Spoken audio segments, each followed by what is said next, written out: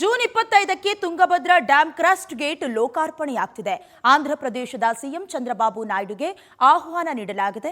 ಬಸವರಾಜ ರಾಯರೆಡ್ಡಿ ನೇತೃತ್ವದ ನಿಯೋಗದಿಂದ ಆಹ್ವಾನ ತಲುಪಿದೆ. ಜೂನ್ 25ಕ್ಕೆ ತುಂಗಭದ್ರಾ ಡ್ಯಾಂ ಲೋಕಾರ್ಪಣೆಯಾಗುತ್ತೆ. ಆಂಧ್ರಪ್ರದೇಶ ಸಿಎಂ ಚಂದ್ರಬಾಬು ನಾಯ್ಡುಗೂ ಕೂಡ ಆಹ್ವಾನ ಹೋಗಿದೆ. ಬಸವರಾಜ ರಾಯರೆಡ್ಡಿ ನೇತೃತ್ವದ ನಿಯೋಗದಿಂದ ಆಹ್ವಾನ ತಲುಪಿರೋದು. ಆಂಧ್ರಪ್ರದೇಶ ತೆಲಂಗಾಣ ಸಿಎಂ ಆಹ್ವಾನಿಸಲು ನಿಯೋಗ ಮಾಡಿದ್ದ ಡಿಕೆ ಚಂದ್ರಬಾಬು ನಾಯ್ಡುಗೆ ಆಹ್ವಾನಿಸಿರೋ ರಾಯರೆಡ್ಡಿ ನಿಯೋಗ. ಕೊಪ್ಪಳದ ಮುನಿರಾಬಾದ್ನಲ್ಲಿ ಕಾರ್ಯಕ್ರಮ ನಡೆಯುತ್ತೆ. ಟಿಬಿ ಜಲಾಶಯದ 33 ಗೇಟ್ ಬದಲಾವಣೆ ಮಾಡಿರೋ ಸರ್ಕಾರ. ಈ ಹಿಂದೆ ಆಗಸ್ಟ್ 2024 ಆದಂತಹ ಸಮಸ್ಯೆ ನಿಮಗೆ ಗೊತ್ತಿದೆ. 19ನೇ ಕ್ರಸ್ಟ್ ಗೇಟ್ ಓಪನ್ ಆಗಿತ್ತು.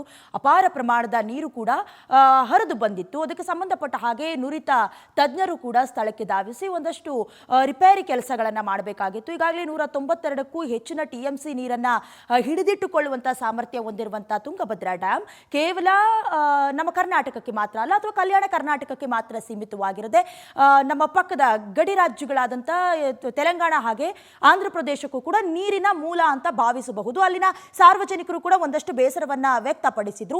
ಈಗಿನ ಜಲಸಂಪನ್ಮೂಲ ಸಚಿವ ರಾಮಲಿಂಗಾರೆಡ್ಡಿ ಅವರು ಕೂಡ ಈ ಕಾರ್ಯಕ್ರಮಕ್ಕೆ ಭಾಗಿ ಆಗಬಹುದು. ಜೊತೆಗೆ ಬಸವರಾಜ ರಾಯರೆಡ್ಡಿ ನೇತೃತ್ವದಲ್ಲಿ ಒಂದು ನಿಯೋಗ ಆಯಿತು. ಸೊ ಈಗ ಆಹ್ವಾನ ತಲುಪಿದೆ. 3 ರಾಜ್ಯದ ಸಿಎಂಗಳು ಬರ್ತಾರೆ.